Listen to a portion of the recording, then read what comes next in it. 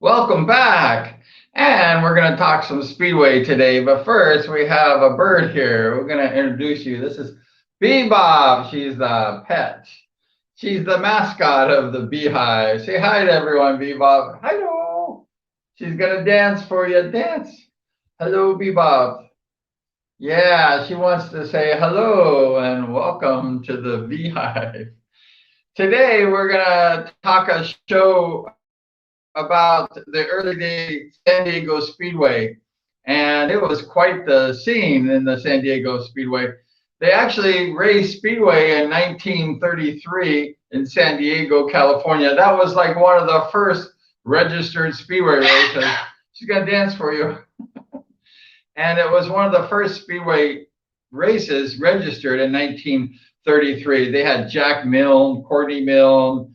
They had just Sprouts Elder, Shorty. They had Sprouts, and then they had Shorty Campbell. So they had the tall guys and the small guys in San Diego in 1933 for that Speedway race. That was the first recorded Speedway race that we can find in the Americas. So that was really cool. And I start racing Speedway, and then I needed lessons, and I got these lessons from Dangerous Dub Farrell, and he actually taught me a lot of things about how to ride a Speedway bike. I had no idea how to ride a Speedway bike until the number 121 Dangerous Dub Farrell taught me. He was number 2 in the United States that year, so I figured, hey, Mike Bass was number 1, and I don't think I could get Mike Bass. So I settled, which was a good choice for number 2. And I was just a young lad. I was only 16. And here I am when I'm 16. I was just a young 16-year-old rider looking to try to learn how to ride Speedway and to try to have some success as a Speedway rider. So that was me, handsome little fella at 16. And I don't know what happened to me. What happened to me? Joking. And then Dub taught me a lot of stuff of what to do. So I went ahead and I actually was learning and practicing at Lake Elsinore all the time. I really had to practice my craft because I had to learn. See, I got my butt off the seat, and then I was really getting up on the handlebars, almost over the handlebars, if you can see that picture. I was practicing really hard, and I was learning to ride a Speedway bike. My butt was way off the seat, and that was Lake Elsinore, the practice track. I used to go there every week and practice and got better and better and better. And that was the Lake Elsinore. That was a really cool track. I was going fast at the Lake Elsinore track. It was good. And I applied everything that the Dangerous Dub taught me. And that was really important, that if you're learning Speedway, that you take a lesson and you apply that lesson. Because what happens is that we learn these bad habits when we're Speedway riders. And if we go ahead and we apply the lessons and the teachings from these very good Division I riders, we can be really good riders. But if we don't have these lessons, what we can do is develop a lot of bad habits. And that's not good if we have a lot of bad habits. And so anyways, we go ahead and I used to do a lot of practicing. And then actually, this was my first D3 license. It was that year, and then I had a D3 license, and that was my first Speedway license. Then I went from D3 to D1, and I don't know if I was handsome or not. The girls didn't like me that much, so I guess I wasn't that good looking, but I didn't care. All I cared about is riding a Speedway bike. So that was me in D3. I was a Speedway rider, and that's all that mattered. I didn't care if I was handsome. We won a race. And so that's exactly what we did. And actually, the first year, I had practice all season long. And then I heard that they had this like D1, D2 track in San Diego at the South Bay Speedway It was in a little town called Otay, Mesa. It was a border town. It was on the Mexico United States border. And you could actually look at all the Mexican people climbing the fence and coming by the speedway track. We had to make sure we lock our toolbox during our races so we didn't get ripped off. And joke. They had a fence around the track so people couldn't get in. But it was a nice track. It was in San Diego, California. And this was my first time there. I was a very, excited rider at the time, and had that nice hairdo, very long, thick hair. I still have thick hair, but not like that. And that was the opening day of the Otay Mesa practice. We had a practice ride, and I was riding there, and I actually met Ernie Rocio that day. Ernie Rocio became a friend of mine, and his uncle died in 1951 of a motorcycle accident in England. The great Ernie Rocio. He was the first United States rider since the great Jack Milne to race in the World Championship. It was Jack Milne in 37 and Ernie Rocio in 51, and he died in 52 before he could race again in the World Championship, which is a bummer. But we had this practice, and Ernie was pitting for me, and there I was practicing some sliding. We were going, I think that was Kenny over here, and we just went ahead and we had a good practice. I was kind of tearing it up a little bit on the track that day, so I had a pretty good showing. I was riding that bike really hard. That was fun. And I was hoping that the promoters would notice me because I was riding pretty fast. Probably like one of the fastest guys out on the track because I was really riding it hard. I wanted to make sure they didn't forget to put me on the program. They had a practice race for like photo shooting, and they started me in the back of the pack. And they said, okay, go in the back. And this was actually on a program cover here. And they went ahead and I was in the back of the pack and I had to pass them. And I went ahead and passed the whole group during that little race. But they had this race and it was a lot of fun. And that was actually on one of the program covers. Howie has this program cover on his wall. I saw on a live stream, and that was that picture. And it was from the South Bay Speedway back in the day. So we had practice all day long, and I was practicing, and this was a picture that they took, and I was riding, and I actually, my steel shoe the strap had broken. I couldn't keep my steel shoe on. So I went ahead and was riding without a steel shoe, and my feet was like dragging and everything. That was cool, but that was a picture of me riding probably my only time that I remember without a steel shoe. And it was a lot of fun. All the dust kicking up. That was the South Bay Speedway, Otay Mesa in San Diego, California. That was a lot of fun. That was a good time.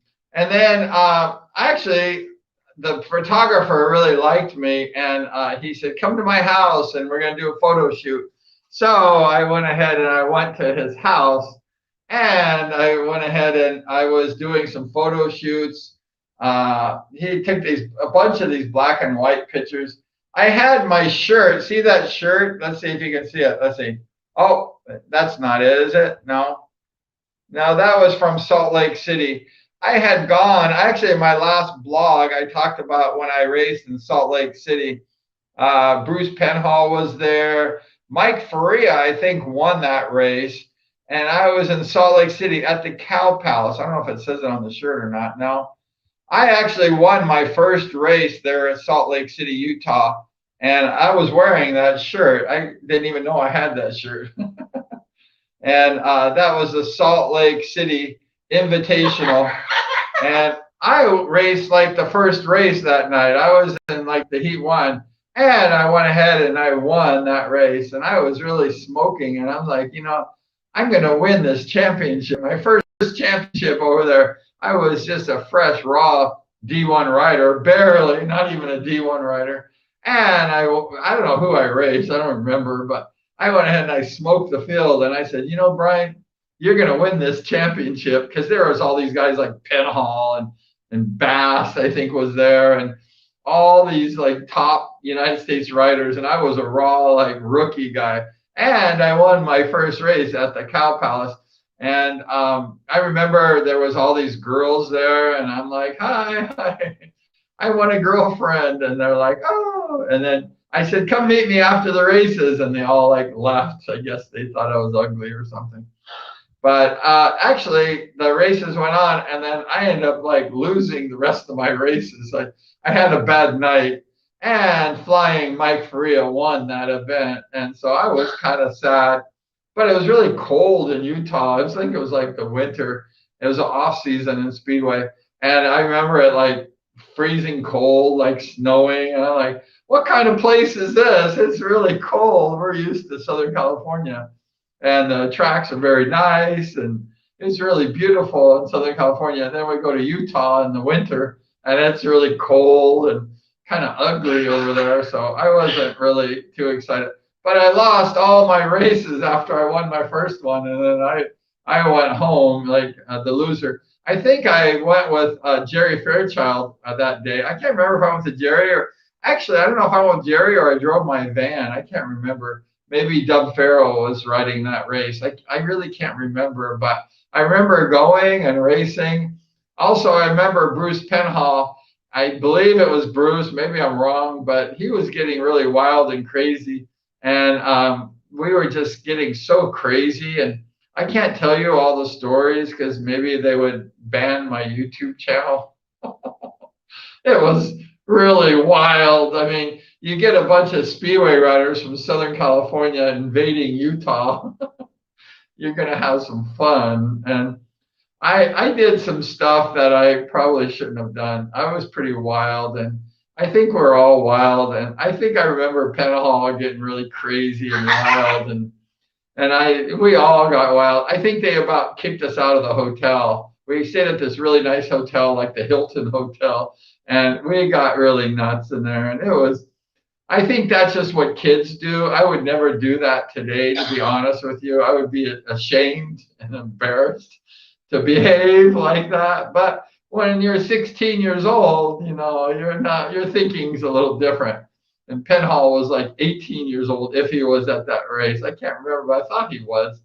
And then getting back to South Bay Speedway, they had this picture, this photographer took this picture of me riding, and I was just doing a little, just riding, standard riding, nothing special. And they went ahead and they liked this picture, and they went ahead and they used that in the promotion. They went ahead and used this particular thing, and I was on the coupon. That same picture, I was on a coupon for 50 cents off of Speedway. So there's the picture, and there I am, same picture. So if you want to go to Speedway, I am worth 50 cents off of South Bay Speedway. They put me on a coupon. So on June 5th, I guess, was the opening night, and I was on the cover. They liked me enough to put me on the coupon, and that was really cool. So my first fame was being on a 50-cent coupon. I was worth at least 50 cents in the day, so I was very happy. I was like, but you know, the funny thing is when I went to opening day, they put me on a coupon and everything. It was really great. And then when I went to the Speedway on the opening day, I looked in the program. I was very excited, and my name wasn't on the program. I'm like, wait a minute, hold on. You put me on a coupon for 50 cents off. Okay, here I am, 50 cents off of the opening night, June 5th. It was in the summer in San Diego, South Bay Speedway. I'm on a coupon for 50 cents. Then I open the program, and my name is not in the program. So I'm like, what is this? So I went to the promoter. His name was like Basiline or something like that. I forgot. He's an older guy. He's probably not here no more. And I said, hey, what's the deal? Like, you put me on a coupon and then you don't put me on the program. I was like, remember that day we were practicing, this day over here when I was riding? Remember when I was beating everybody on the practice track? I was kicking everybody's asses and I was flying on a speedway bike and I was the #1 rider probably of the day. Remember that day when nobody could beat me? I come to your track opening night and I'm not on the program. Like, what the hell is this? The star rider is left off the program. So I was pissed and I was mad and I said, you know, I'm pissed off. I drove all the way from Orange to San Diego and it was far in San Diego. It was like by the Mexican border, down the Interstate 8 freeway and off and all the way to Mexico. It was far. And then I come here and I'm not even on the freaking program. I'm really mad. You know, it burned my fire. I was pissed. I was like yelling at that guy because I was like, dude, you know, what's up? And then he said, well, Brian, I don't know, we forgot you. And I said, you put me on a 50-cent coupon and then you forget me. That's just BS. So he said, well, you can sign up to be a reserve tonight. And I said, reserve? I said, oh, God, I was so mad. I was so pissed. I go, where's the pen? I'm going to sign this. I was there to race Speedway. I wasn't there to like go in the grandstands and watch the races. I was a Speedway rider and one of the top riders. So I said, this is crazy. I'm really mad. So I signed the thing for the reserve and I was #3 in reserve. There was 2 other guys in front of me. So I went to Baseline or whatever that guy's name was. And I said, hey, I'm #3 in reserve. That's not right. I'll never get to ride. And he said, sorry, you'll have to go in line with everybody. You're not special. And I was like, oh, I'm going to get you. I was so mad. I thought, I'm never coming back to this track. I will never ride for this jerk again. Can't even put me on the program. And like I say, we did that practice event.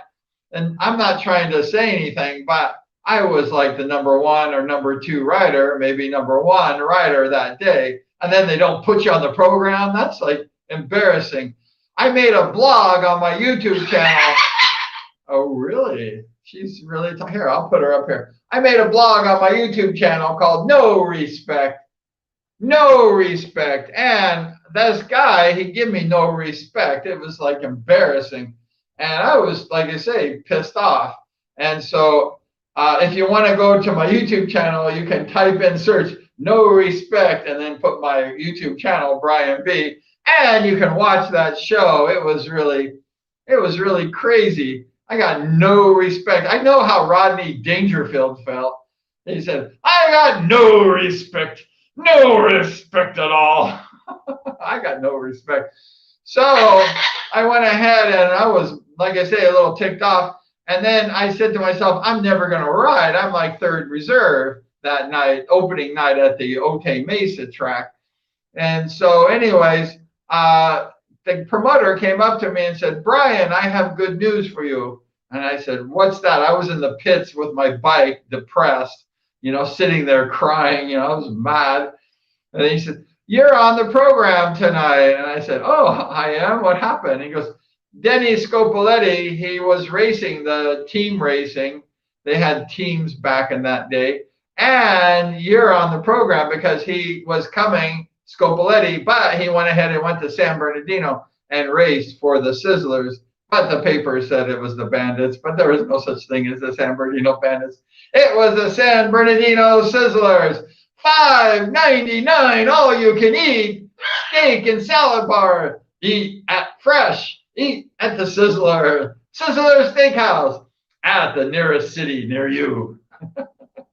So I got on because of the Sizzlers, and Scopoletti went and raced for the San Bernardino Inland Empire, the Sizzlers. So I got on the program and I was pissed. I was mad. And I think I went out there. They had this thing called King of the Hill.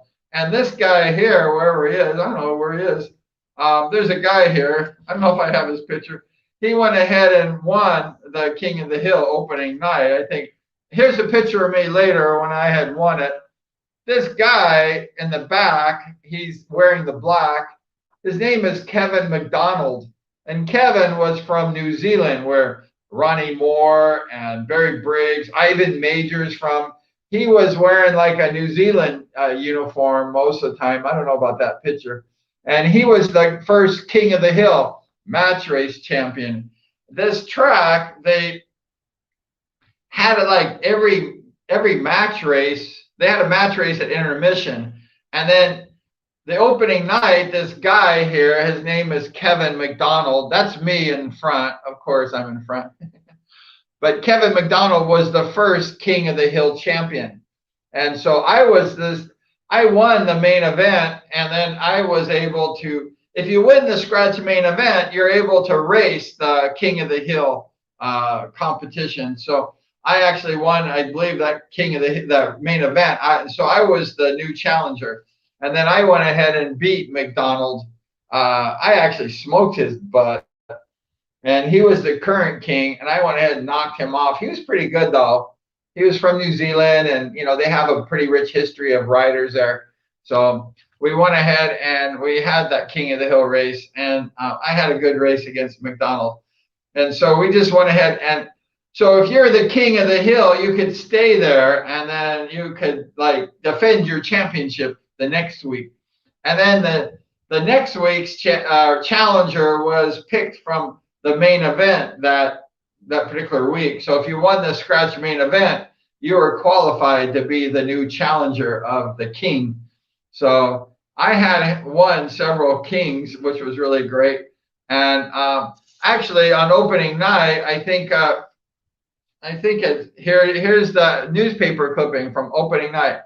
Buffington bushwhacks South Bay, driving into the corners with great force, causing the bike to skitter sideways. Of course we ride sideways. Through the turn, 17-year-old Brian Buffington won the scratch main at South Bay Park that night by beating Robin Hood by 10 yards. And for second place, third place was Skip Kennedy. I think Skip's a friend of mine on Facebook still. He's still riding motorcycles, old timer. Here's my thing here. Almost failing to make the program, Buffington was the third substitute rider. The third, no respect at all. That's BS. He rode as in the spot vacated by Denny Scopoletti, who advanced to the San Bernardino Sizzlers, not Bandits. Those guys don't know what they're saying. And that week, and then also I won the dice with Skiles and the second spot in the heat race. But I won the main event that opening night. I wasn't even on the program, and I was mad. And if you get me mad, I will bushwhack you. Do you know what the bushwhack is? It's like whack, whack, whack. I will bushwhack you if you piss me off. And I went ahead on opening night, and I bushwhacked all those guys at South Bay. I bushwhacked. I was mad. I was like on fire. My head was burning up.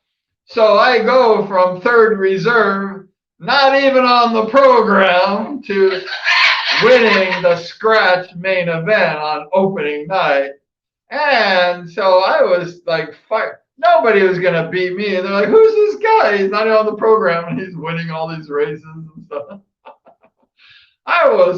I guess the best way that I got motivated when I was a rider is to be mad. When people made me mad, I was good. I was on one time, this guy, I have to tell you this story. And this was me the second week. I went ahead, and he was the king, that guy, Kevin McDonald. He's from New Guinea. I guess that's in New Zealand. I have no idea. But I went ahead and bushwhacked that mother the next week. I took his butt down heavy. I just beat him by a half a lap, I think, by the end of the 2 laps. I just smoked that guy. I was doing pretty good on the match races. And this guy, I have to tell you this story, and we'll get back to it. I divert from the story. Why not? We got time. there's a guy at this track. It was called Hanford Speedway. It was in Hanford, California, up north of Bakersfield, out in the middle of nowhere by Visalia. And then you go off the freeway, the 5 freeway, and you go about 1 hour, and it's in the middle of like corn patches and stuff. Well, I went there. Well, I raced there a couple times. I didn't really like the track. It was like sticky and yucky. And the guy, F.R. Miller, he was an old man. And he was like I don't know, he was like a homosexual guy. He was always chasing me. He's like, Brian, would you like to come to my house tonight? And I'm like, no, F.R. No, I don't want to come to your house. And he was always like hitting up on me. He was a sweet old promoter, little old man, like 80 years old. He died many years ago, but he was always like chasing me. He's like, I like Brian. Get the heck out of here. Don't you ever come near me again. I was not into that kind of stuff and never was. So I was a little pissed. But this one guy, he was a local rider at the Hanford Speedway. When I first went there, he was like being a jerk, and he was like, I think I had a bad one race because the track was really tacky and I had a hard time sliding it. I'm the kind of rider where I need a nice smooth surface and slick, and I could ride that bike pretty good. But if the surface becomes too like tacky or too rough, or like really bad for me, I can't really ride that good for some reason. I've always been a hard, slick rider. And when the track goes too terrible, it becomes a little more difficult for me to ride. And I remember I had a little like bad experience my first time. I won my first race, I think, at the Hanford, and then I sucked again the whole rest of the night. I didn't do very good. And this one guy, he came up to me and he's like laughing in my face. He was like some stupid guy. He was a rider. And I was just I don't do that stuff. I never like go laughing at people. Like, what a jerk. And he come up to me. I was in my pit minding my own business, and he started laughing in my face after my last race. He's like, Brian, you're no good. You suck. They say that I was actually a top rider over at Santa Ana at the time. And they said, you're a top rider at your track, and then you come here and you suck, dude. You're like terrible. And I got mad. I said, dude, you better watch your ass, because I'm going to take it. I'm going to take you down. I was mad. And he goes, oh, yeah, you want to do it? Huh? You going to take me down? What? Are you going to fight me? And I go, no. I'm gonna call F.R. Miller, and I'm gonna be here next week. I'm taking you out, dude. And he's like, oh yeah, you're no good. You can't beat me. I'm better than you. You suck. I go, okay, dude. I'm coming back, and I'm coming for you. So you better be ready for me. I'm taking you out, dude. And he's like, oh yeah, you're crappy. You're no good. You suck. And I go, okay, dude, we're coming. So I called F.R. Miller. I didn't sign up. I didn't want to come back. And I said, FR, I'm coming back on your track. I don't want to. I just stay away from me. Don't pick up on me. I don't like you. But put me on the program. I'm racing next week, and it was like Saturday or something. I can't remember. And he said, okay, yeah, we'd love to have you, Brian. I go, okay, put me on the program, FR. Just stay away from me, okay? I don't want anybody hitting up on me. I want to race. I don't want to talk to you, okay? He said, okay. So I hang up. And the next week came, and I drove all the way up to Hanford for this guy. I was pissed. And this guy was there, and he's like, oh, what are you going to do to me, huh, Brian? I go, I opened the program, and that guy was in, I forgot his name. He was in my first race, and I'm like, bitching. This is bitching. I was really happy. And so that turkey who's been teasing me the whole time, laughing, and I never even do that kind of stuff. I'm not like that kind of person, and I never was. I mind my own business. Speedway racing is business, and it's about winning, and it's about, not playing around like that, like teasing, especially when you tease people. Like, that's like insulting. And, it's like no class. You're a racer and you're going around like, egging people on. And that's what this guy, I forgot his name. He was a jerk. And he did that. And so he was in my first race. And I was mad. I think I had like gate 4 or something like that. So the race started. It was like scratch racing, I think. And I let him go in first place. He was pretty fast, but he was he was in first place on the pole. And I came up, I was in gate 4, and I kind of came up on this guy, underneath this guy, and I rode into him, and I pushed him all the way out to the wall. And I drove him hard right into the wall. It was nasty. I mean, I drove really, I mean, I put everything I had into like nailing this guy. And I hit him so hard, he went right into the wall, and he crashed, and the guy was laying down. I don't know if the race continued or I think they red flagged it. And then the guy had to be carried away on an ambulance. They carried him away. And I was shocked. I mean, I hit that guy hard. He was a jerk, but I didn't, really want to hurt him, but I wanted to hit him hard. I wanted to teach him, like, do not mess with a bumblebee. And if you do, there's going to be a price to pay, dude, and you're going to get it. And so anyways, they did a restart. The guy was like in the hospital. He went to the hospital. And I think I won that restart race.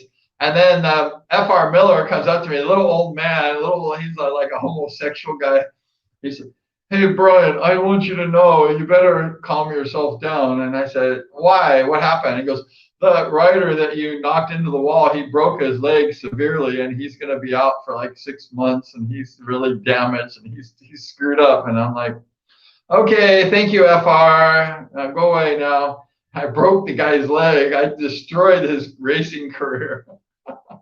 The guy was in my face, he was like causing trouble. And I said, "Dude, you stay the heck away from me. You shut your mouth or I'm going to take you out, dude." And he's laughing in my face, spitting pretty much in my face. And I said, I took him out. I just destroyed it. That was the only rider I think I really knocked out. I mean, I knocked him. I destroyed his career. But I was mad. The guy was a total jerk, and he deserved every bit of it. I took that guy out, and I feel a little bad now because I'm kind of like a little older, and I'm not really proud of myself for like wiping somebody out. I was always a clean rider, but the guy pissed me off, so I said, "Okay, we're gonna take you out." So that was really my only experience where I raced a guy that was laughing at me and making trouble. And I broke his freaking leg. I took him out hard. I mean, I knocked him. I went underneath him and I just hit him. So I remember I did it on purpose too. Like it wasn't an accident. I took that guy. I was so mad all week. I'm thinking of this guy. I pray to God I'm in this guy's race. I pray because this guy, he was teasing me the whole time and he got his reward. So he never saw me again and he never raced Speedway again. So getting back to San Diego, back to South Bay Speedway, I was kind of like doing well. I won the first King of the Hill, and then I was doing well. This is a Cycle News clipping. I don't know what it says there. I did something there. And I was in the Cycle News all the time, and it was really great. I was really happy. I come from nowhere, and then one time at the beginning, I think I won my first King of the Hill. Then Larry Costa, he bumped me off. Costa becomes King of the Hill. He beat me by a whisker. It says, Larry Costa, he was a good rider. He ended up riding for the Bellevue Aces in the British Premier League. So Larry was a good rider. I mean, that guy could ride. Cyclist Larry Costa of San Diego, La Mesa, he edged out Brian Buffington of Orange by a little whisker, I think it was, to win the King of the Hill championship or the meet at South Bay Speedway that night. So I won the first King of the Hill, and then Larry Costa, I hate you, Larry. No, I don't hate him. I like Larry Costa. He went ahead and beat me like the following week. So I became the King of the Hill, and then boom, I was off the crown. My crown was broken the next week. So I was kind of mad. I'm like, dude, don't make me mad. You beat me. And Larry Costa, I don't think ever beat me again. I wondered why I kept beating Larry Costa during the whole year. We had many races together and match races. And I mean, I don't know if this is true. Maybe I'm wrong, but my memory, maybe you're wrong. But I beat Larry Costa every time. He beat me by a whisker the first race. And I got so mad. I was so pissed off. I said, dude, you're never going to beat me again in my mind. And I don't know if he ever beat me again. So I ended up really having, some good success. And I went ahead and progressed to be the best writer at South Bay Park from Cycle News back in the day. They said, I am the best at San Diego South Bay Park. And so that was a nice write-up they had about me. I turned around and just had a good year. I started winning the main events, and people had a hard time beating me. I lost, sometime, but I didn't lose very much. And I was like the Mike Bast of the South Bay Park. I didn't like to lose. And, but I had like a crash, a really bad crash there. I had this crash during a main event, and it was Brad Oxley, and I think I wanted to beat Brad Oxley. It was when Brad Oxley first came, and I didn't really have a lot of respect, for Brad. I didn't want him to win no main, especially for me. I was like the king of the track.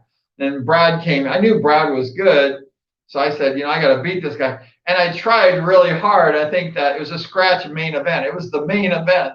It was the big banana for all the money. And I was in gate, like, I don't know what gate I was in, actually. I don't know. But Brad, I think, was on the pole. And he went ahead and got the first turn. And I went ahead and dived for the first turn. But Brad was already there. And I was mad. And I went ahead and hit Brad really hard. And I had my karma. My karma made Cycle News. And it was, everybody saw this crash. I totally went over the handlebars. What do they call that? They call it an endo or something. I endoed over the handlebars. This was actually one of my worst crashes, I think, in my career, and it made Cycle News. It was great. So this is my crash in the main event. There I am with the bike flying over my head, my face planting. I was going fast, and the tire went into my head, and the bike flipped over me. I think I got a concussion. And that bike, I planted my head straight into the dirt. I mean, the dirt was there. And there's Brad, there's Skiles, Doug Skiles, and there's Brad Oxley, a young Brad Oxley. He had the pole. Here he is. And I hit Brad, I think, and I just knocked straight in. I did not want Brad to win, but Brad was riding hard, and I went down. I bit it really hard. I didn't crash that much, hardly ever, but that was I think that was my only crash of the year. But that was a bad crash. I mean, look at my head. The head was in the dirt, and the bike was flipping over me and everything. That was a terrible, terrible crash. I was knocked out. Like, I totally was knocked out. I mean, I was like dead. I mean, I was passed out. And then all I remember is this guy, he was like a infield ambulance guy. He put the sniffing salts near my nose, and I woke up with sniffing salts in my nose. I was out cold. I mean, I thought I was dead, I was hit hard. And then I woke up and I'm like, whoa. I was really like wiped out. I mean, I must have had a serious concussion because I couldn't see, everything was spinning and stars and everything. I was in bad shape. And the ambulance guy says, do you want to go to the hospital for a checkup? And I said, no, I want to go race the main event. I was crazy, guy. So, but my head was so bad. And I was like, Brian, you can't ride. Like, you're really wiped out. I mean, I was hurting. I mean, I was mentally, like, my head was spinning and I was totally in a different world. And all I could think of is that movie on any Sunday, in my head, like, you must race, you must put on your race face, even if you're hurt. Because in the movie on any Sunday, these guys were like sawing their cast off and riding with broken legs and injured, they had all these injuries and they're racing still. They didn't care. And I said, no, Brian, you must be a speedway rider and you must be a man and go out and race. I was totally screwed up. I mean, I was in no way, shape, or form in a position to race that main event. But I was mad because I had such a bad crash and I was not mentally there. And I went ahead. I remember riding that main event and I was hurting so bad. I mean, I never experienced that in my life. And I just let it go. I just went slow, really. I just let those guys win. And I just was riding like I could barely get around the track. It was so painful. And my head was actually spinning. I couldn't see straight, you know. I was all racked up. So I went ahead and, you know, finished the race in last place.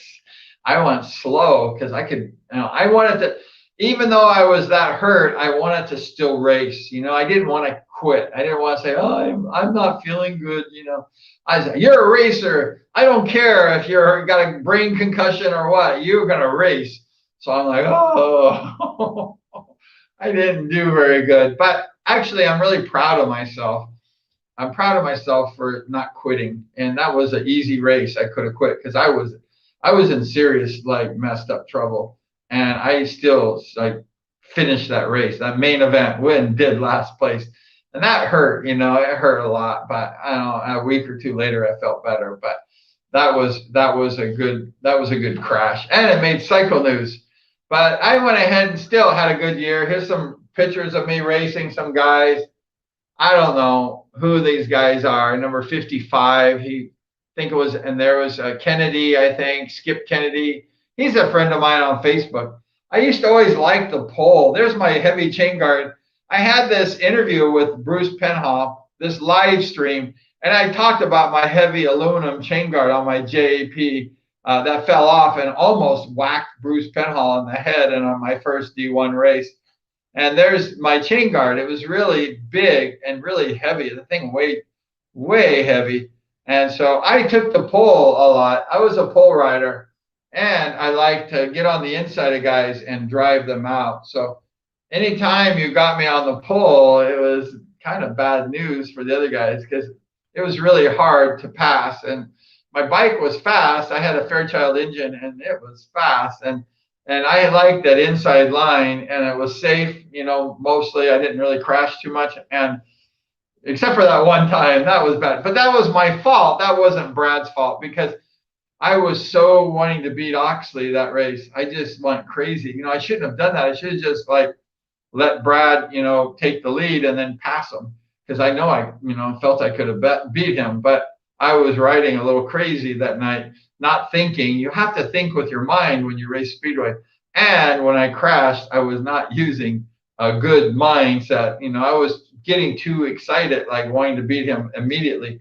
And racing, sometimes you have to back off a little and then pass that guy maybe the next turn or something. But don't go for the whole ball of wax, you know, at the beginning. Sometimes it doesn't pay off. And for me, hitting my head and getting a brain concussion, that did not pay off for me. My head, I mean, I hit so hard. I was going so fast and I crashed, and it was terrible. I mean, full speed, and I smashed my head. My bike flew over my body. It was like bad. But I came back to win, so that's okay. I came back. And this was another main event that I won, I think. And I went ahead and got the inside. See, I was on the inside line, and there was Denny Bartlett, Robin Hood. He has the Sizzler steakhouse. Remember we talked about Denny Scopoletti riding for the Sizzlers? Well, Denny Bartlett was a Sizzler steakhouse rider. And I went ahead and got the pole. Let's see if we can get that so it doesn't look so bad. We got the pole, and look at me. I'm up on there. I'm riding it hard, off the seat. I'm really into that thing, man. I'm going to win. That was a main event. It was me, Denny Bartlett, and Brad Oxley for third place. See, I didn't like to lose to Brad. I don't know what the deal was, but I didn't like to lose to anybody. Brad was like one of my threats. So Brad Oxley was a good rider and, you know, was an amazing champion. But in my early days, Brad was a little bit behind me, maybe, and I didn't have a lot of respect for Brad. I did not want to, like, lose to Brad or anybody. I like Brad Oxley, but I didn't want to lose to Brad Oxley and anyone else. It didn't matter. And so here's another main event. I don't know where this was at. I always had a pretty good run on Oxley when we started. I had his number, I guess you could say. And Oxley, you know, was a two-time United States champion. And this was at South Bay Speedway, August 14th, 76. This was my match race with Brad Oxley, and I beat him that night. I didn't know where this, it says it on the back of the picture. I read it. Here it is. San Diego South Bay Speedway, August 4th, 76. Match race with Brad Oxley. I won the cup. Oh, that was my cup race. Oh my gosh.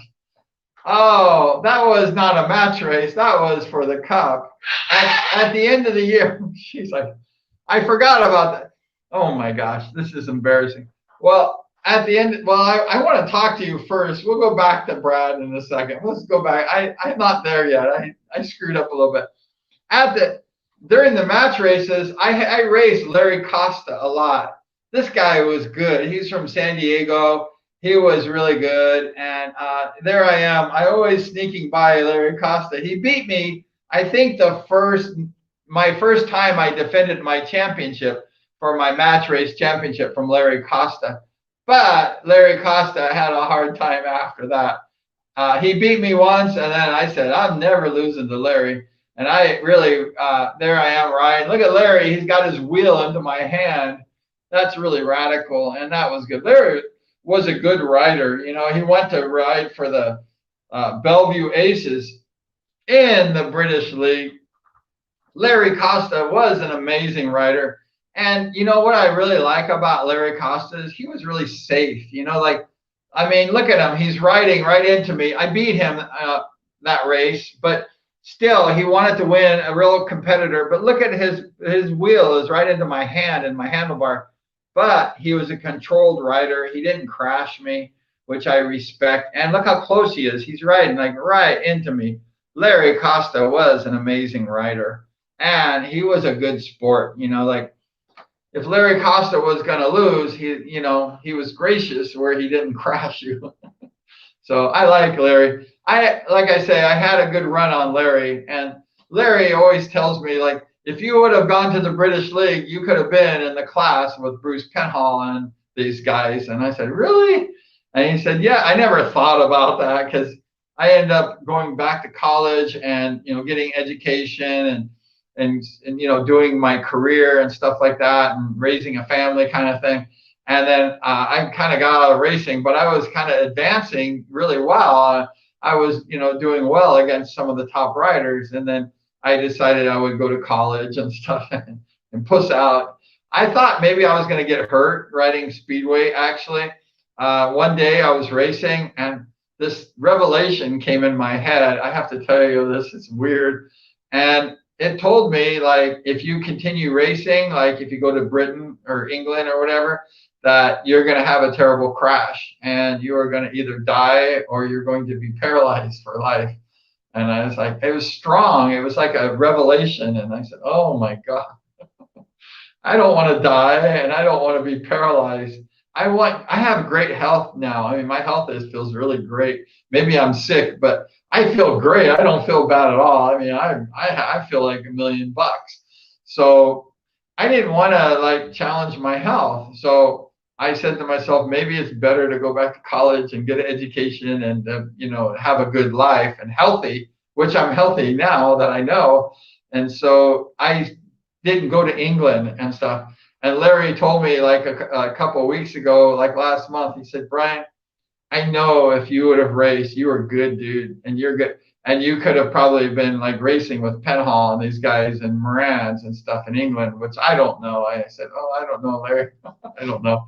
But I really worked hard. And here's another picture with Larry Costa. We were like riding and Larry was behind me there. I was riding the pole always. You notice I'm always riding the pole. And that was a match race, a King of the Hill match race. And I went ahead and I had a good race, another good race against Larry Costa. We like Larry Costa. The thing is we went ahead and we were like, we had these points and, like Kevin Mcdonald was leading the points and then I was leading the points and then Larry Costa was leading the points for the track. And then Brad Oxley was leading the points. So we shared these point lead everywhere. Everyone was point leader. And so it was competitive. These guys were good. I mean, Oxley was in the British League on Wimbledon Dons. Costa was on the British League on the Bellevue Aces. And all these guys were good, these were like good riders. They weren't like bums. These guys were fast. So I had a good run with them. And I liked to sign autographs after the races. So I was always signing autographs and, just meeting the fans. And it was really great.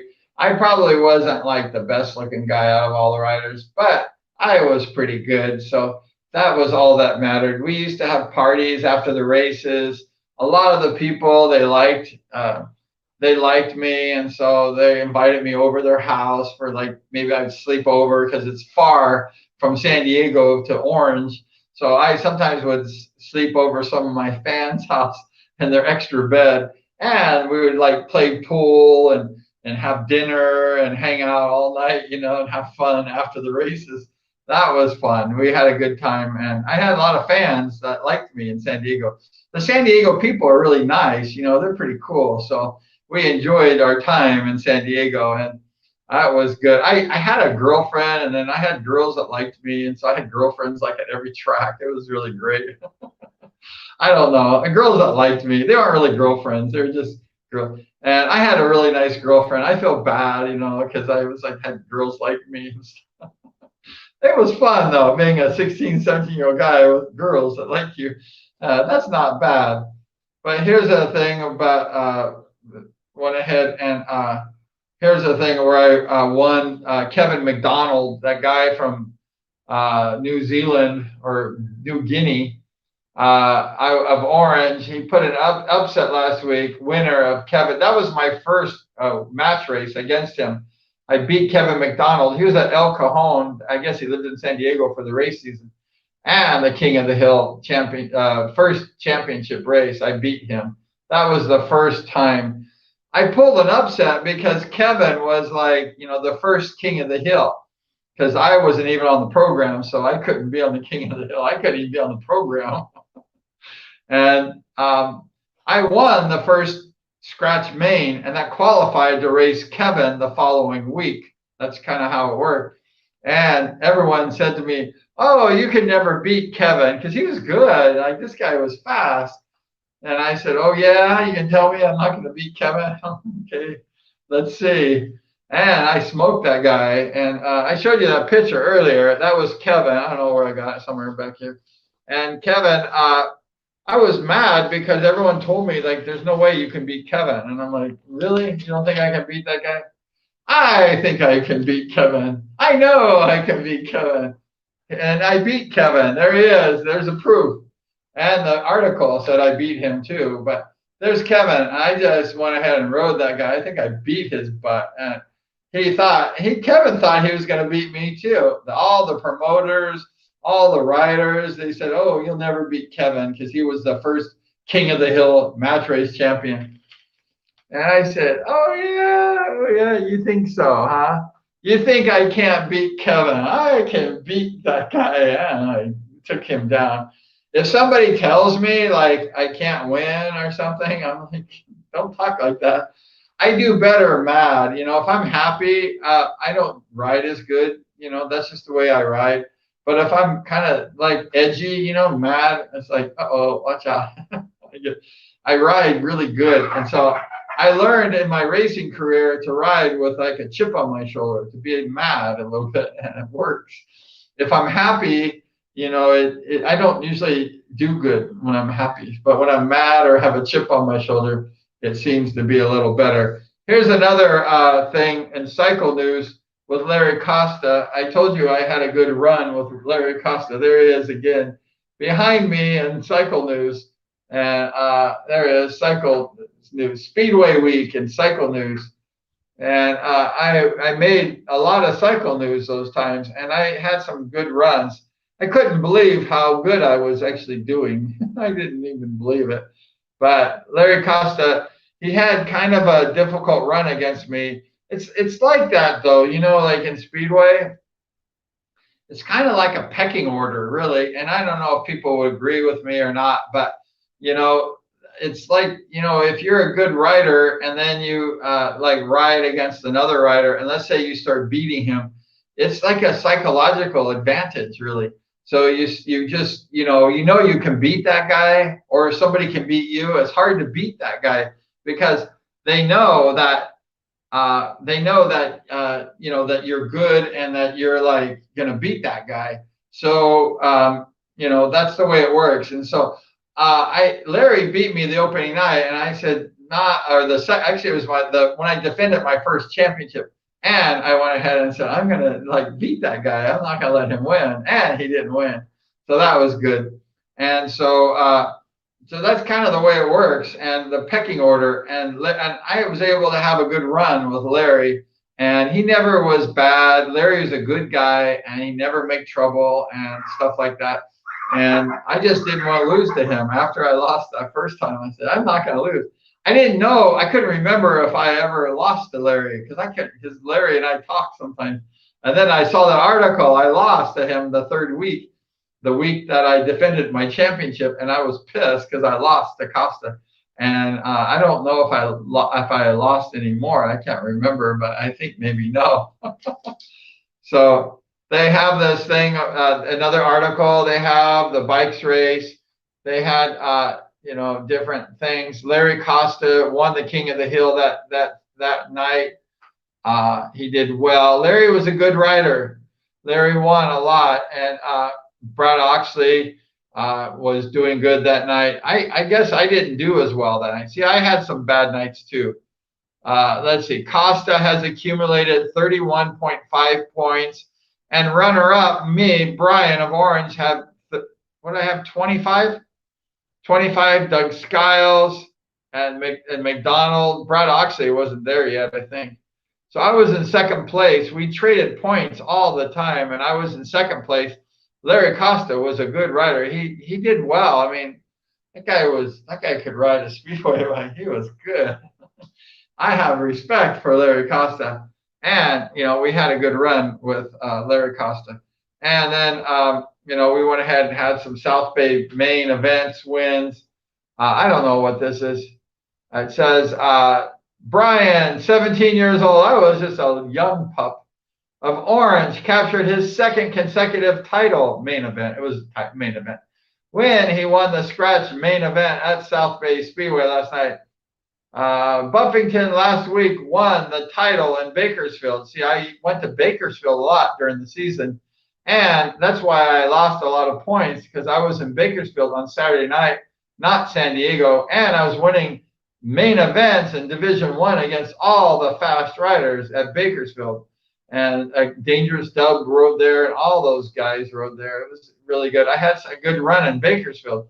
His yardage was out in front of, it was 10 yards in front of Robin Hood, and Skip Kennedy was in third. So that shows you I was in Bakersfield winning the main event the week before, Saturday, because the San Diego track was actually Saturday night. And so I went ahead and left, and Brad Oxley came in, and he started winning San Diego. Brad Oxley is, amazing rider. I mean, that guy's good. And so I was racing D1 in Bakersfield, far away. And Jerry Fairchild used to always drive me in his old pickup truck every week. And I won a lot. I mean, I can't remember how many main events I won. I don't even remember, but I won a lot. They kept pushing me in backyardage on Division I. And this was against all the good guys, like, Jeff Sexton and, Doug Farrell and, all these guys. I mean, all who's who, Bast and all these guys. And I was handicapped, so I had an advantage. So that was my secret weapon. But I was fast because Jerry made my bike fast, and I was able to kind of be like a rabbit and beat those guys at the Bakersfield Raceway there in Bakersfield back in the day, the same night as San Diego. So I couldn't be at two tracks at one time. So I actually was left San Diego for the big time, for Bakersfield, where all the studs were racing. And I had a pretty good run in Bakersfield. I had a few good races there and won a few main events in handicap. I didn't race scratch because there's so many good guys. I was just a young rider at the time, but I had a pretty good showing nonetheless. And actually, it really developed my skill as a rider to be riding at Bakersfield, because the competition was so tough. I mean, these Division I guys were like monsters, and they're scary. They're fast. And so I had to go fast to like beat these guys because they were just so crazy good.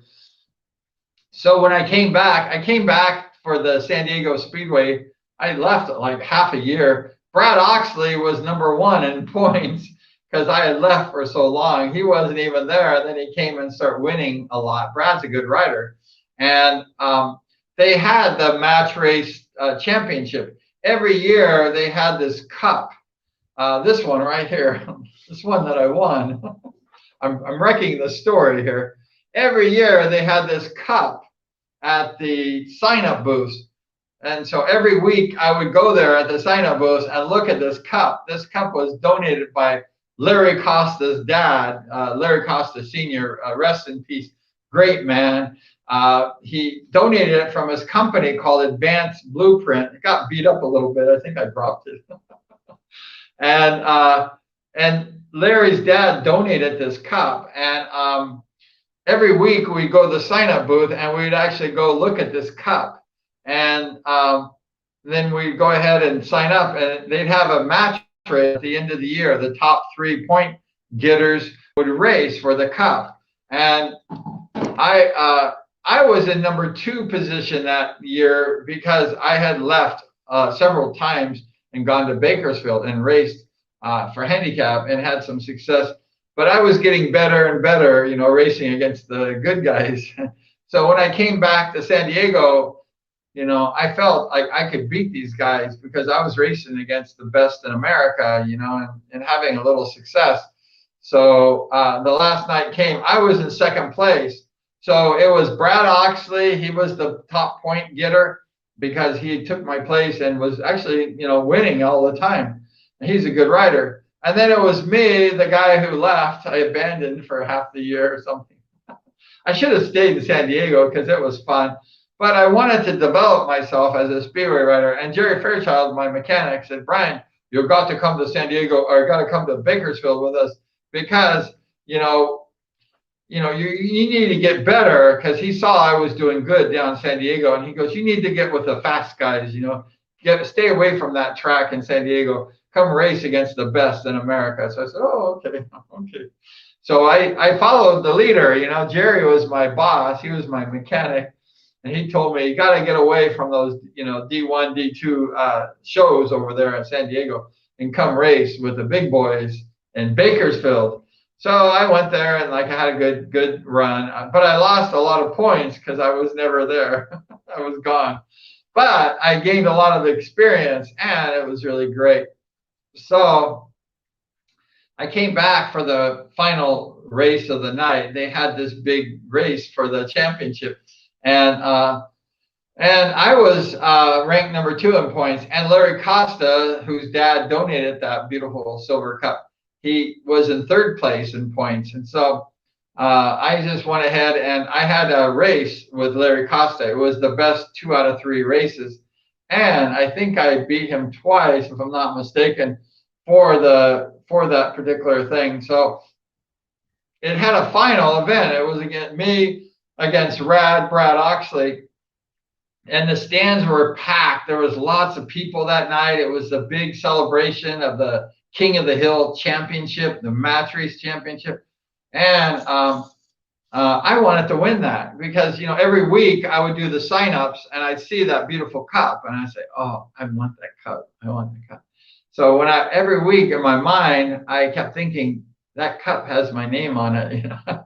That cup has Bumblebee name on it. I wanted it really bad, you know.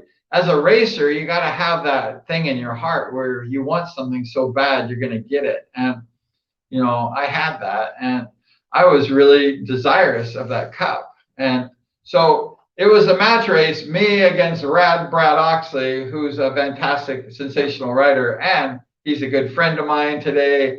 And I have all the respect in the world for Brad. He's a great guy. But when I was 16 or 17, I didn't feel that way too much. I didn't care. I didn't care if it was Brad Oxley or Mike Bass or Bruce Penhall. I didn't care. That cup was mine. I was going to, seriously, I don't care. I was going to beat that guy. And I don't care what his name is. That cup was going to take, I was going to take it home. And I am not joking either. When I say that, I'm not like making a joke. That cup was mine. I didn't care who in the world was racing me. They were not going to beat me. So the announcer, when I beat Larry Costa quite handily, I think, for the second place finish, I was in second place anyway, so I guess I should have won. And so he said, Brian, do you want to come to the announcer's booth? We're going to go ahead and we're going to have like I'm going to get my comb as my microphone. I got my comb. I have my comb, my green comb. I comb my hair with it. This is going to be, so the announcer said, Brian, like, here's the intercom. And so he's like, hey, Brian, you did a good job against Larry Costa. And, you beat him. Now you're established second place. And you're going to race Brad Oxley for here. Go ahead, talk. She's going to talk on the microphone. She's going to bite the microphone.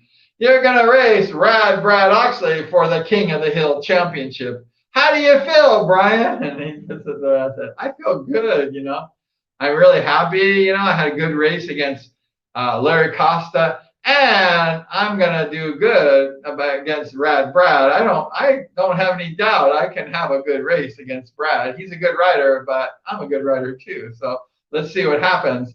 So I give the microphone back to the announcer, and he said, well, Brad Oxley's been leading the points all year. He's number one, and, nobody thinks like you can beat Brad, I was like, he made me mad because like they're telling me that I suck, I'm like, well, maybe I'm not that good, but I knew I was good. And I was like, well, I don't know. I'm ready to win this championship. And I'm going to beat Brad Oxley tonight. And I'm going to take him down, So I come here for this cup because I was racing in Bakersfield the whole year.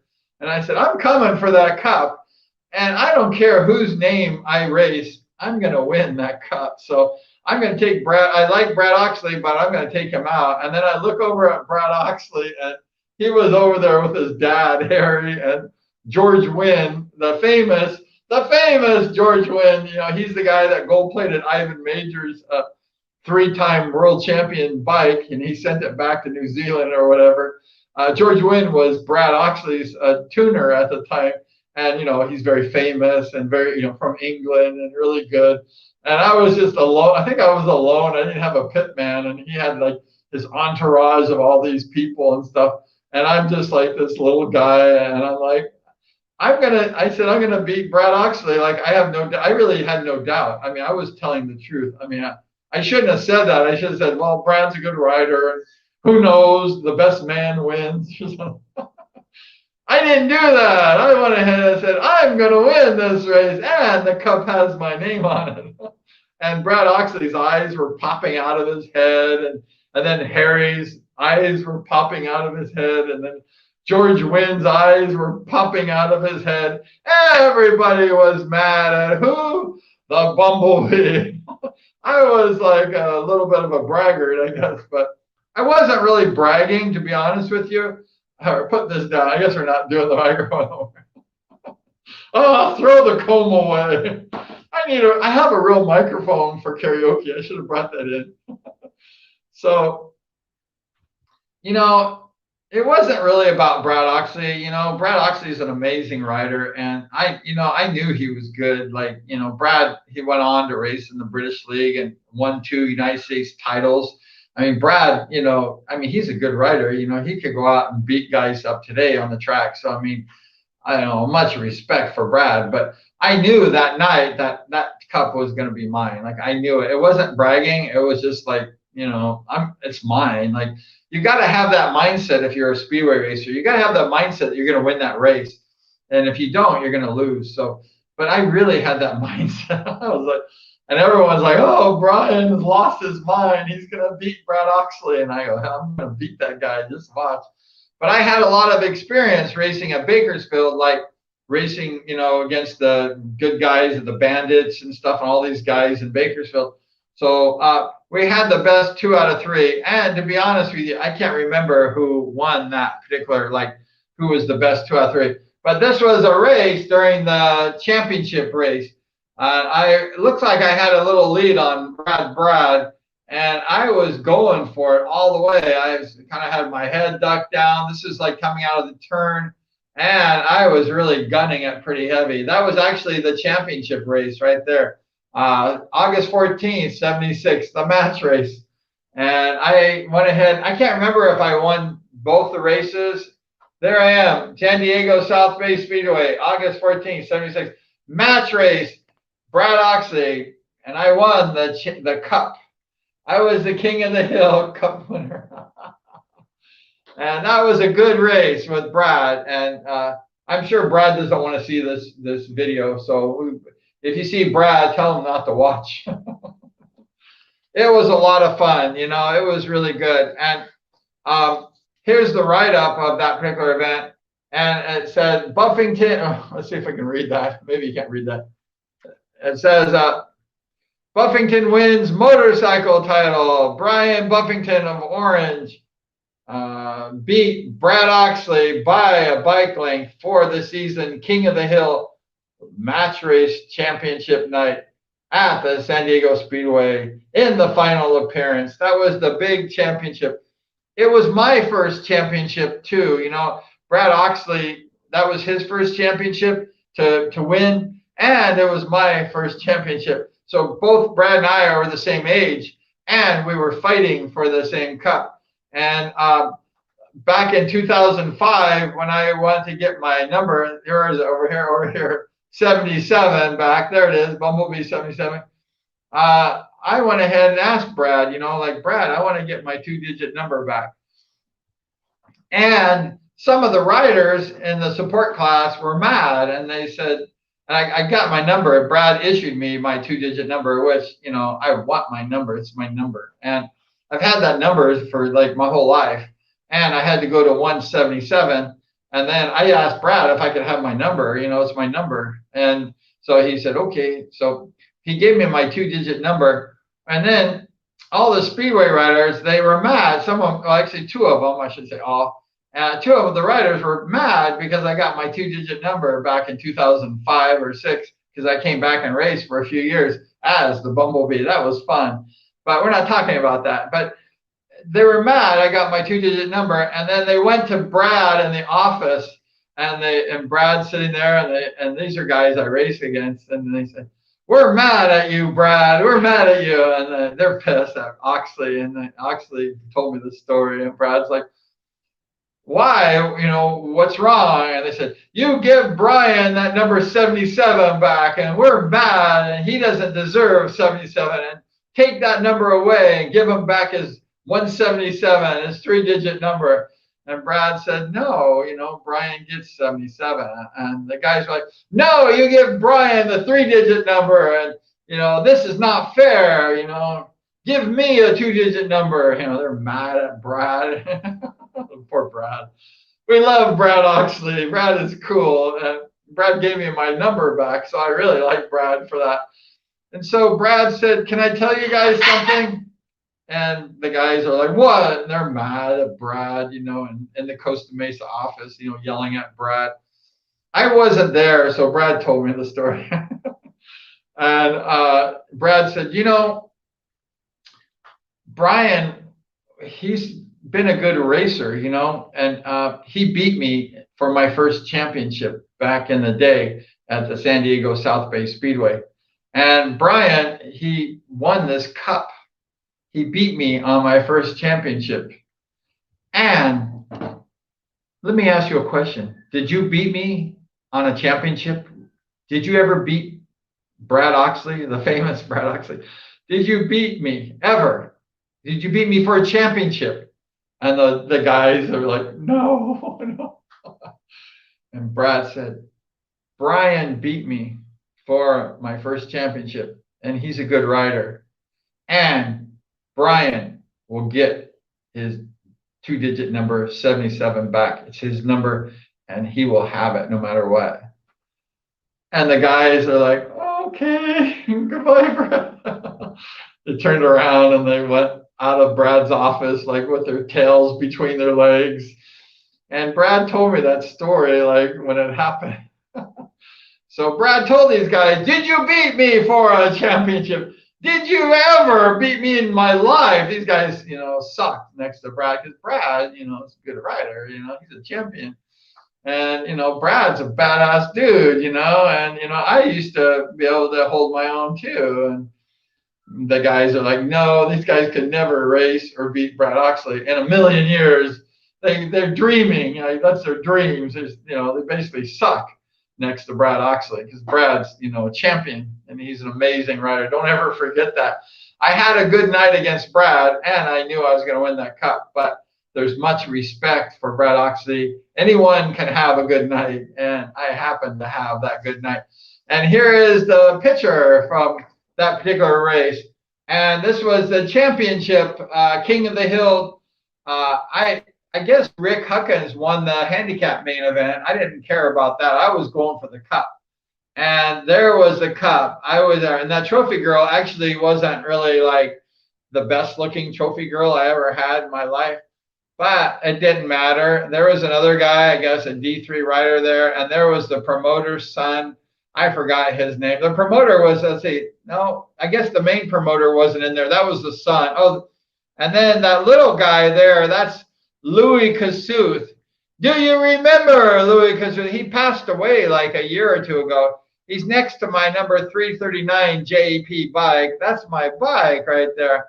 The championship South Bay JAP, that thing was a rocket ship, had that long stroke JAP motor, and it was fast. And there's Louis Kasooth. He was a junior Speedway rider at the time, and Louis was really good, and he was a champion many years. That guy was fast, and he could win. He won everything. He was the champion. He wore those beautiful boots, those old motocross boots we used to wear. And he won the main event. But the big winner that night with the flowers and everything was me. There I am, Brian, with that big, beautiful cup and the extremely ugly trophy girl. That girl was a dog, and I think she wanted to kiss me. And I told her, like, no, thank you. I don't want to kiss you. I think she was the only trophy girl in my life that I said, no, I'm not going to kiss you. They must have picked the daughter or something. I don't know where the heck they go. San Diego has the most beautiful women in the world. I mean, they're gorgeous in down San Diego. And they picked the ugliest girl for me to kiss on the. And I think I didn't kiss her. I said, no, you're not anywhere near my standards of girls. Like I'm very picky about people that I'm with, especially if I kiss a girl. I was very picky, and I won this big championship, and I did not kiss the trophy girl. I said, goodbye, you're ugly. I was a mean guy when I was young. I had the attitude of a motorcycle racer, and sometimes it's like a rough attitude if you're picky, And I was happy. So I won this cup. And this cup proudly displays in my trophy case. This is like one of my biggest championships I ever won. And I won a lot of different like little things and stuff. But this was a real like King of the Hill championship. And I cherish this to the day. And it's really special, winning that championship and, beating guys like Larry Costa and Brad Oxley. They're really great riders. And, to have that chance to have success against those guys was really like amazing. So we had a good like run at San Diego. I was there like, I don't know, like half the year or something. I missed a lot of the races, sad to say, because I was racing up north with Fairchild, and I was getting actually pretty good riding against the D1 guys.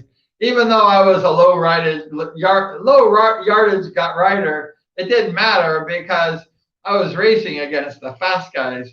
So when I came to San Diego, like riding, these guys there that were doing good, I had a lot of advantage because, I had to race the fast guys. And then so racing against, these other guys at the time, it wasn't a big deal because when you're racing like, Mike Bass, Bruce Penhall, Doug Farrell, when you're racing all these guys who are like, all-stars, and then you go to a D1 or D2 track, it's like, I can beat those guys. and I ended up having a good night, and I beat them. So that was the race there at the San Diego. And actually, after that race, um, I was really happy. I mean, I won like the championship. I won. I mean, all year, even when I raced at Bakersfield, I dreamed of winning that cup. So it was a big thing. I never forgot about the cup, even though if I was in Bakersfield, that cup was like always in my mind, like I wanted that cup the whole year. And so I was really happy, like when we won that race, I was like, whoa, I think I never been so happy. Like the whole night I couldn't sleep. I was just so happy. I drove home. I was really happy. But I was hungry, like coming home from the races because it was in San Diego. It was getting late. I don't know. It was like 1 o'clock in the morning or 2 o'clock in the morning. We pulled up to like San Clemente from San Diego. It's on the way back to my home in Orange.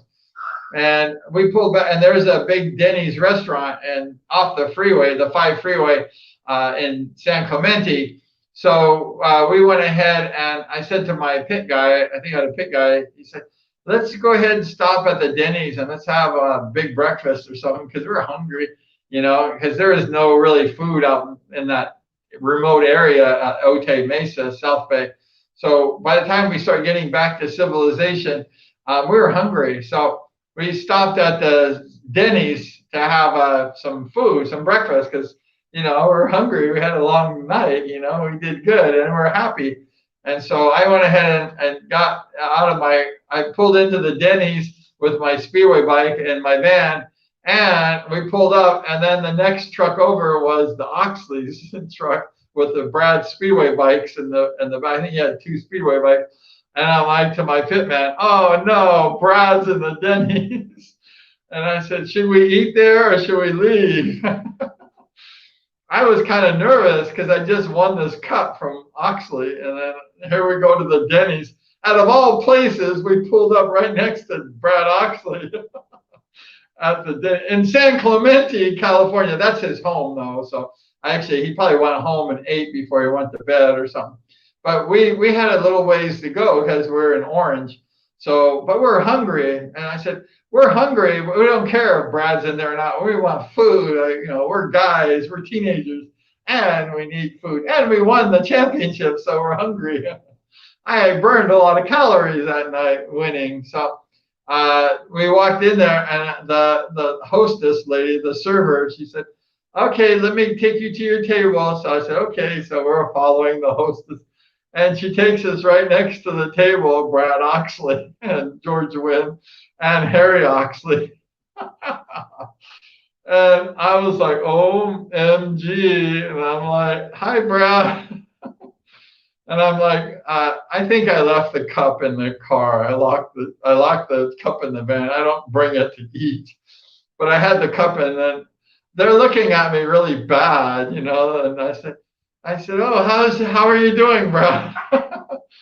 And they didn't talk. They kind of looked at me and gave me like a dirty look, and I think they didn't like me too much. And all the Oxley table with George Wynn and company, I think they were mad at me because I was on that microphone.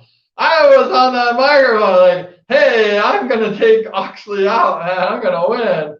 And nobody thought that a guy talking like that, I wasn't bragging, but it sounded like it.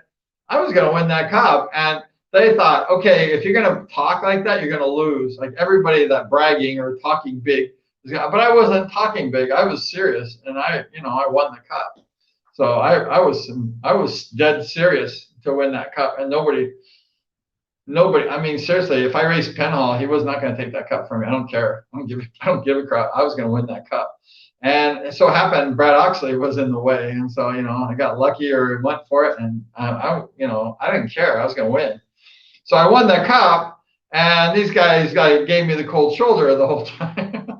I was happy. I'm like, what's wrong, guys? Like, we had a good night. Like, why are you looking so blue? And they were like, we don't like you, Bumblebee. And I'm like, what's wrong? It's a good night. We're all happy. So I was pissing them off more. Actually, Harry, I think, didn't like me very much because, I beat his kid, and, Brad is a good rider and stuff. And, we all love Brad Oxley. And so after that, Harry Oxley would make the programs at Costa Mesa and Ventura because he ran Ventura Speedway at the time. And he always put me against like Bruce Penhall. I have a program down here I could show you. But every night I'd open the program and D1, and it was like, you're racing Bruce Penhall. And I'm like, oh, God, not again. And every night I would be the same thing, Penhall, Penhall.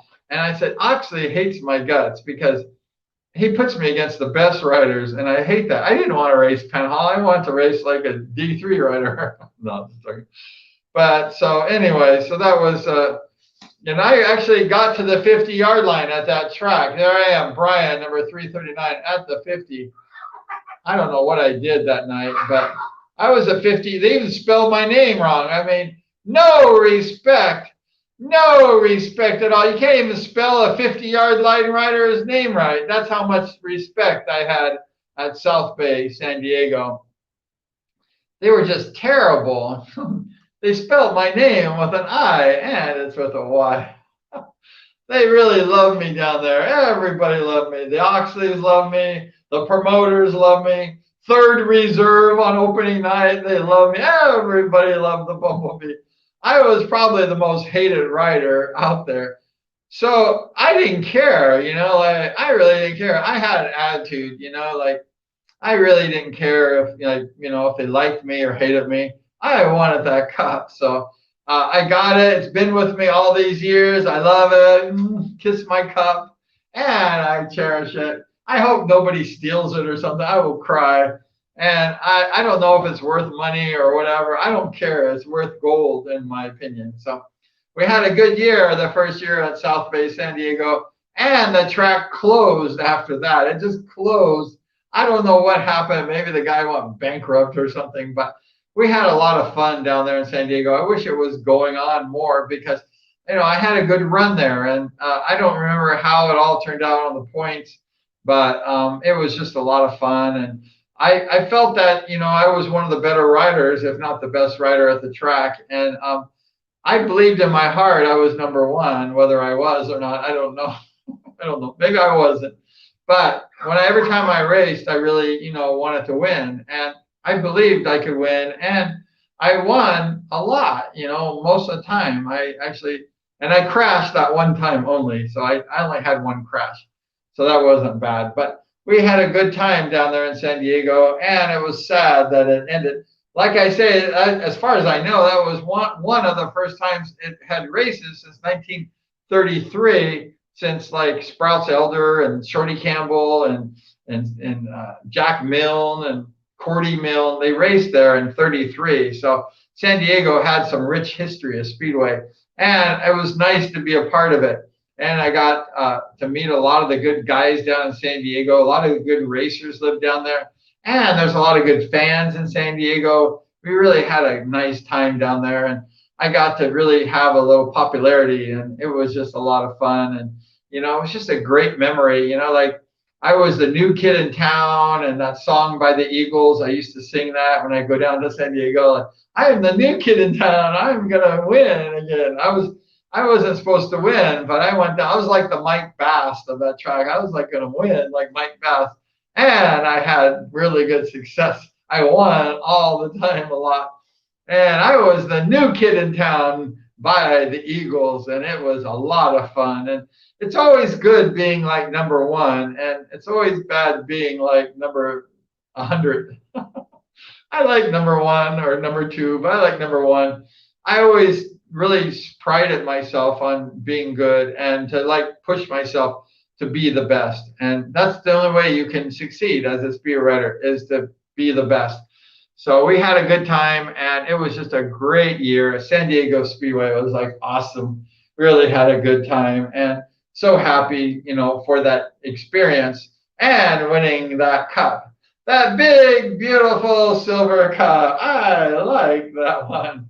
I will take that one home, and it's been a few years, and I still have that cup to this day. So that tells you something.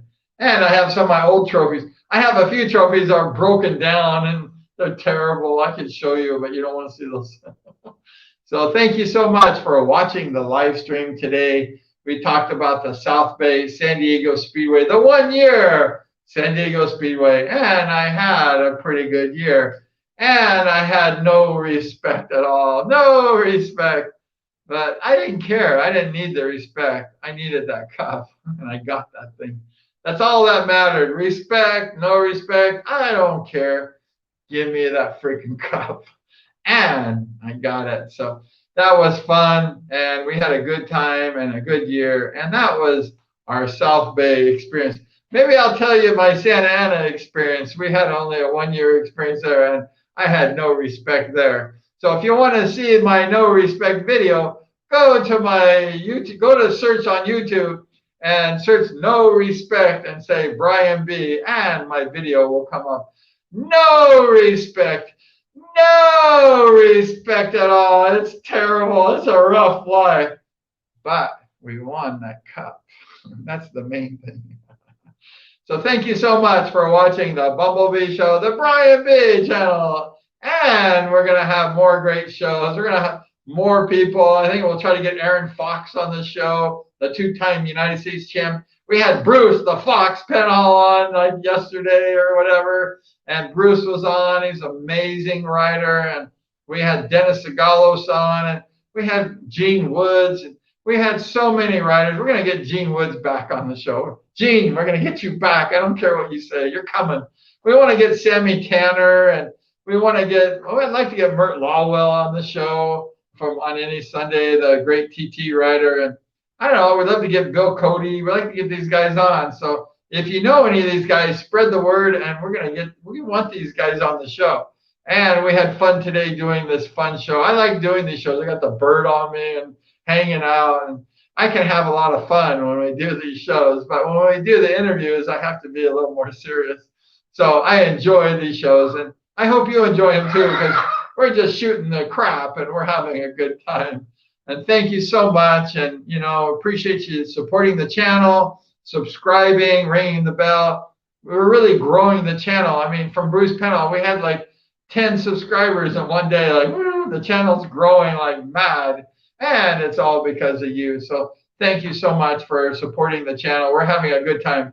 We're doing a lot of Speedway, but we do other things too. But we're doing a lot of Speedway and having a lot of fun. So thank you so much for joining us at the Bumblebee Hive. And keep on two wheels on those motorcycles. I want to go riding now. I miss every day I ride my motorcycle. So we want to stay on two wheels, no crashes, and have a good one, So have a good race, and we're going to see you next time. So thank you so much, and we appreciate you joining us today for this live stream. South Bay Speedway, be there. Take care. Have a great one.